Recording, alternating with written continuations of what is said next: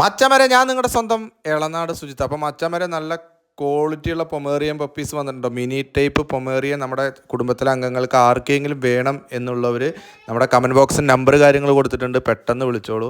അതേപോലെ നമുക്ക് ഇന്നൊരു വിഷമമുള്ളൊരു കാര്യം എന്താണെന്നുണ്ടായെന്ന് വെച്ച് കഴിഞ്ഞാൽ, തെരുവിലൊരു ഡോഗിന് ഫുഡ് കൊടുക്കാൻ പോയപ്പോൾ അവിടുത്തെ ആളുകൾ നമ്മളെ ഭയങ്കരമായിട്ട് ചീത്ത പറഞ്ഞു. അതിൻ്റെ എല്ലാം വീഡിയോ നമ്മുടെ ചാനലിലുണ്ടാവും. നാളെ വൈകുന്നേരം 5:59 ഞാൻ പോസ്റ്റ് ഇടുന്നതാണ്.